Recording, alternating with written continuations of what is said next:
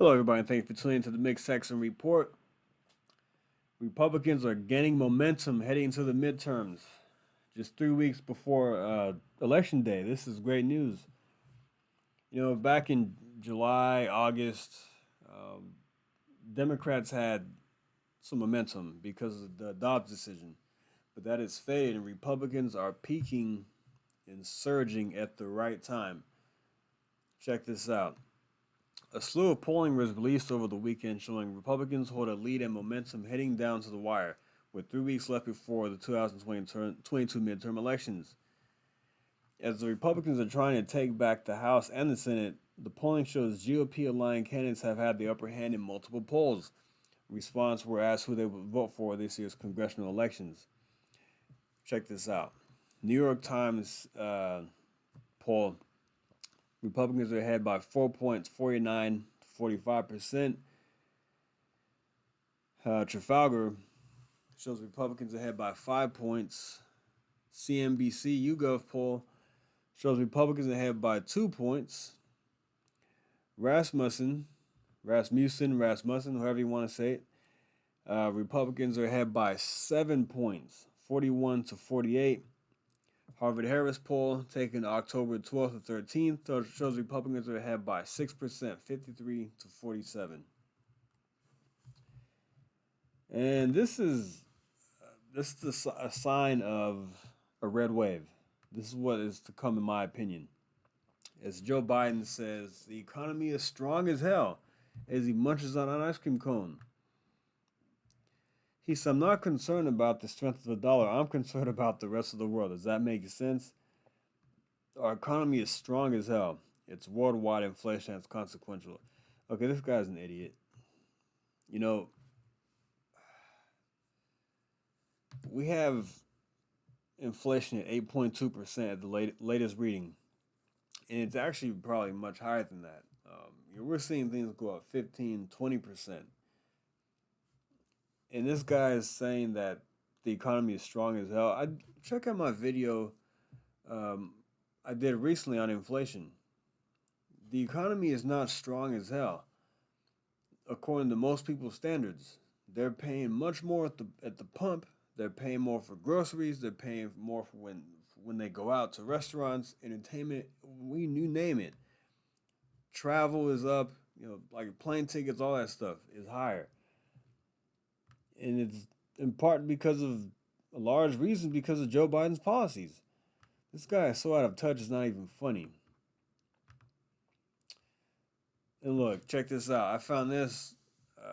Raphael Warnock was, asked about inflation. Why should people give Democrats another chance? This is what he had to say. We've been talking to a lot of voters who say the economy is a top issue for them. Democrats have been in control of the White House, of Congress for the past 2 years. Inflation has soared. Why should Georgia voters give you another chance?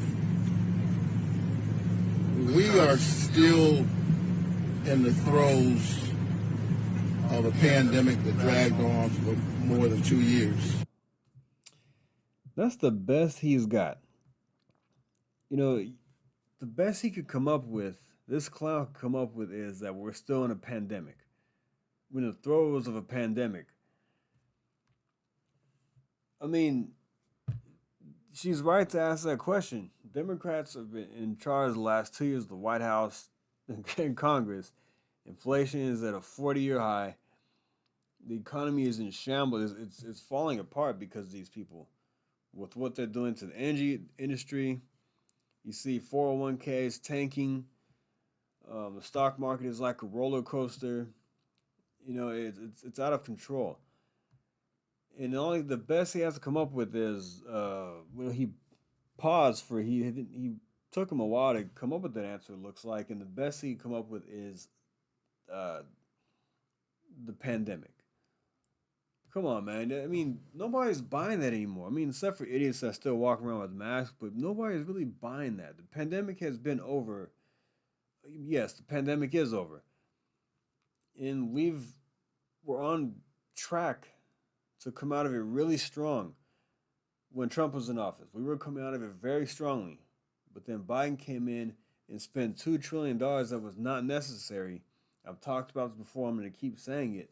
He spent an unnecessary $1.9 trillion and gave everybody these $1,400 checks, which made things worse than what they already were. People were going back to work, businesses were opening back up, and things were booming again because we had strong fundamentals under the Trump economy. And the best this guy could come up with is, oh, well, we're still in the throes of a pandemic. She asked a legitimate question: why should people give you another chance when you've had 2 years to get things right and you haven't done it? People are a bunch of jokes. Independent women flocking to GOP in the final days before midterms. More great news for Republicans. Independent women voters swinging aggressively toward Republican candidates in the final weeks of midterm election campaigning, according to new polling. A Monday poll from the New York Times and CNN College found that Republicans have an 11-point lead in the demographic, with 46% of independent women saying they lean toward Republican candidates, while 35% prefer Democrats. Who are these 35%? The results show a startling swing from the same poll conducted in September, which found Democrats having a 12-point lead among independent women. That poll said that 43% of the demographic prefer Democrats, while 31% prefer Republicans. The massive 23-point shift occurred over a matter of weeks, weeks as even President Biden and Democrats have hammered on the abortion issue. Yeah, that's not going to work. It's just not. The survey found that roughly 26% of voters said the economy is the most important issue, followed by inflation and cost of living, 18%. Abortion came in third, but just 5% was immigration. Okay. I saw another poll on Twitter, and it says that the GOP is up on the generic ballot 2.2%, compared to 1.8% back in 2014, when the GOP was up 1.8%. So back then, Republicans won about 13 seats, picked up about 13 or 14 seats in the House, expanded their lead to about 34 in the House, and picked up about 10 Senate seats. End up with the majority in the Senate. I'm guessing, my guess is that the GOP is going to pick up about 35 to 45 seats. I'm going to say about 45 seats. That's my prediction. If I had a ballpark figure, 35, 45 seats is likely, as Joe Biden is underwater. His approval rating is underwater. We saw Trump with his approval rating was in the low 40s. That's because of a 90%. He had a 90% negative, negative coverage from the mainstream media, and still managed to get hang around them between 40-45%. He lost 40 seats in the House, but he kept the Senate. I don't see Biden keep either one of those at this point. I'm guessing we're going to go up 2 seats in the Senate. That's my opinion. We're going to have a 52 to 48 lead. That's just my prediction. There's some more polling here on some issues, if I could find it. Let's see, here we go. So check out Interactive Polls, by the way. They do a great job. They do an excellent job of polling data. Spectacular. Here we go. All right. Inflation, the economy, immigration dominate as the top issues facing the country. What would you say are the most important issues facing the country today? 37% say inflation, economy and jobs 29%, immigration at 23%, crime and drugs at 18%, women's rights at 17%, healthcare at 15%, the list goes on. January 6th all the way down here at, well below 10. People are not concerned about January 6th and abortion like they are immigration, inflation, and crime. Those are going to be the issues that drive the day, that's going to drive turnout. You have some people that are worried about abortion rights. Yes, you're going to have that. And I read a story the other day. A couple of voters, Democrat voters, who are lifelong Democrat voters said they're voting Republican.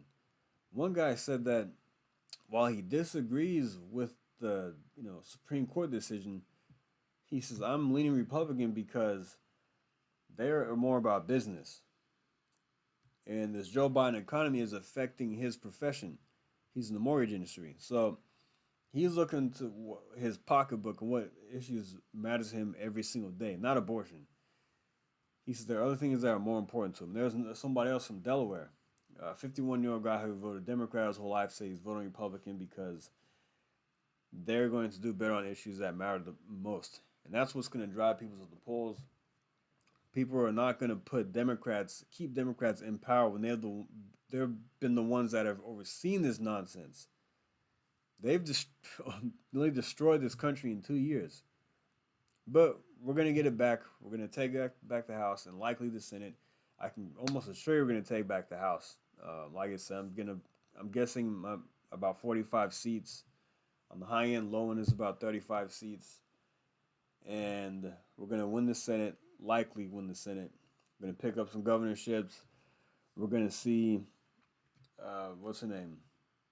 Sarah Huckabee Sanders win in Arkansas. Going to keep, even though it's a red state, but we're going to see an America First governor in Arkansas. DeSantis is going to get reelected. Abbott's going to get reelected.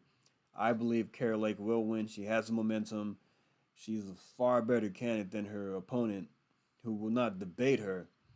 And I'm hoping all goes well with Dr. Oz and the Senate side. If people elect Fetterman, there is something wrong in Pennsylvania. There's something wrong there. Come on. The guy Fetterman, I know he had a stroke, but he's impaired. The guy does not need to be in the Senate. All right, so anyway, I'm going to end the video right there.